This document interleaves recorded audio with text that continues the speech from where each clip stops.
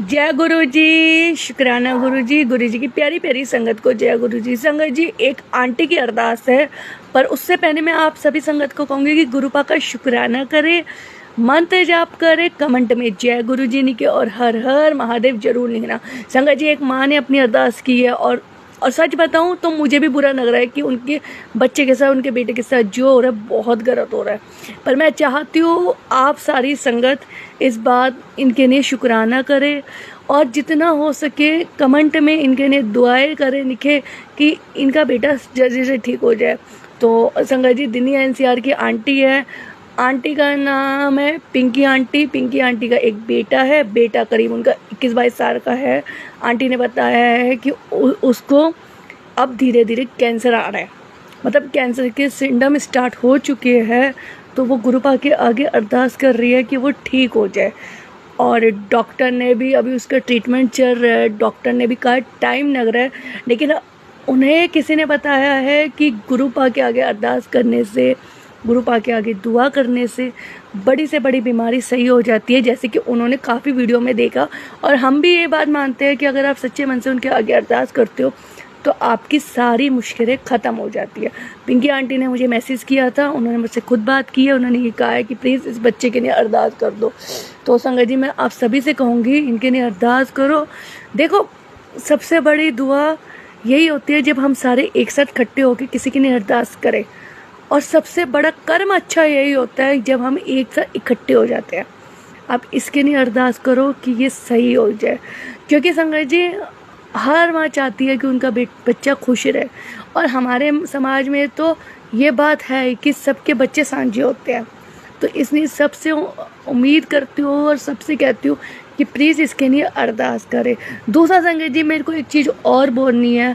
कहीं भी सत्संग होता है ना, सत्संग को सत्संग की तरह करे, पार्टी जैसा माहौल मत बनाए। क्योंकि संगत जी, जब गुरुपा फिजिकल फॉर्म में थे तब भी वो अपने सत्संग में 2 घंटे गुरबानी चलाते थे। 2 से 2.5 घंटे, 3 घंटे मान लो गुरबानी चलाते थे। बेशक संगतों को समझ नहीं आता था, बहुत कम संगत होती थी तो समझ पाती थी, लेकिन उसे चलाते थे ताकि आपके जितने भी बुरे कर्म हैं कट जाए। आप सबसे भी रिक्वेस्ट है, हम्बल रिक्वेस्ट है कि भाई आप भी सत्संग करो, गुरबानी चलाया करो। साथ ही साथ एक बात याद रखो, सत्संग को सत्संग की तरह रखो। सत्संग में हमेशा शांत बैठना चाहिए, पिन ऑफ साइलेंस होके बैठना चाहिए। ये ऐसा नहीं करना चाहिए कि वहाँ सत्संग चल रहा है, उधर ही कॉफ़ी पी रहे हो, उधर ही चाय पी रहे हो। नहीं, पहले सत्संग में बैठ के अपने गुरु के साथ कनेक्ट हो जाओ, उनके साथ जुड़ जाओ, उसके बाद चाय प्रसाद और लंगर प्रसाद वो करो। कई बार फैमिली मेम्बर ही घर के होते हैं, वो साइड में खड़े होकर चाय कॉफ़ी पी लेते हैं, पर ऐसा बिल्कुल भी मत करो। आप सत्संग करा रहे हो तो आपका पूरा ध्यान सत्संग में गुरु जी के चरणों में होना चाहिए। क्योंकि आपको पता है, जब आप सत्संग कराते हो तो उस टाइम स्वयं गुरुपा उस जगह विराजमान होते हैं अपनी समस्त संगत के दुखों और कष्टों को दूर करने के लिए। लेकिन आजकल के टाइम पे सत्संग को एक पार्टी बना रखा है कि इधर सत्संग चल रहा है, उधर कुछ लोग बैठे हुए हैं शांति से गुरुपा के साथ जुड़े हुए हैं, कुछ खड़े होके कॉफ़ी पी रहे हैं, चाय पी रहे हैं।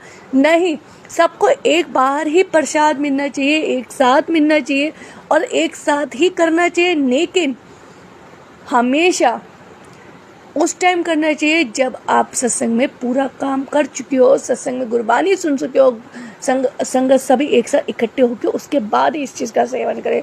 साथ ही साथ संगत जी, सबसे पहले अपने गुरुपा को भोग लगाया करो, उनके सामने बैठ के भोग लगाया करो, उनके आगे अपनी अरदास क्या करो। क्योंकि जब गुरुपा का भोग लग जाता है उसके बाद उसी प्रसाद को प्रसाद में मिक्स करके सभी को देना चाहिए। क्योंकि जब आप गुरुपा का झूठा खाते हो, उनके द्वारा भोग लगाया हुआ खाते हो, तो आपकी अधिक से अधिक बीमारियां खत्म हो जाती है, जड़ नार खत्म हो जाती है और गुरुपा का आशीर्वाद आपको मिलता है। और जिसने प्रसाद को दिल से खाया, गुरुपा के प्रसाद को अमृत समझ के खाया, वो समझ लो भाई सारी बीमारियों से, सारे कष्टों से, सारे दुखों से ठीक हो चुका है। तो जब भी सत्संग करो तो इस बात का ध्यान रखो, क्योंकि वो प्रसाद जो गुरुपा के चरणों में लगता है, जो गुरुपा को भोग लगता है, जो गुरुपा का झूठन होता है, वो आपके लिए अमृत होता है। जब गुरुपा ने उसे छू लिया, उसे खा लिया, अपनी संगत को वो बांट दिया, तो वो आपके लिए अमृत है। उस चीज़ को कभी मत कहा करो कि हमारे परिवार में ही मिलना चाहिए, हम करा रहे नहीं, वो समस्त संगत को ही बंटना चाहिए। बाकी जय गुरु जी, शुक्राना गुरु जी। उस प्रसाद को जो भोग लगाओ, सारे प्रसाद के भोग में डाल के गुरुपा का सबका आशीर्वाद मिलना चाहिए। तो जय गुरु जी, शुक्राना गुरु जी की प्यारी प्यारी संगत को जय गुरु जी।